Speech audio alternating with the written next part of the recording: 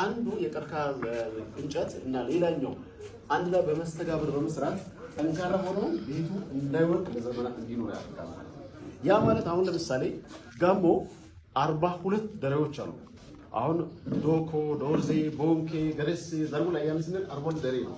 42 ደሬ በባህሪው አንድ ንጉስ ነው፣ ግን እያንዳንዳቸው የራሳቸው ንጉስ አላቸው። ዛሬ ከተፈጠሩ ጊዜ ጀምሮ እስከዛ ድረስ ንጉስ አላቸው። ዛሬም ንጉስ አለ እየነገሰ ያሁኑ ንጉስ ቢያል ሌላ ንጉስ ቀጥሎ ደግሞ የሚመጣ ንጉስ ተዘጋጅቶ ነው የተቀመጠው ማለት ነው። ልጆቹ ይወርሳሉ። ታላቅ ልጅ ቤተሰብ የሆነ በባህሉ አሰራር በውርስ ንጉስ ይሆነ ይላል።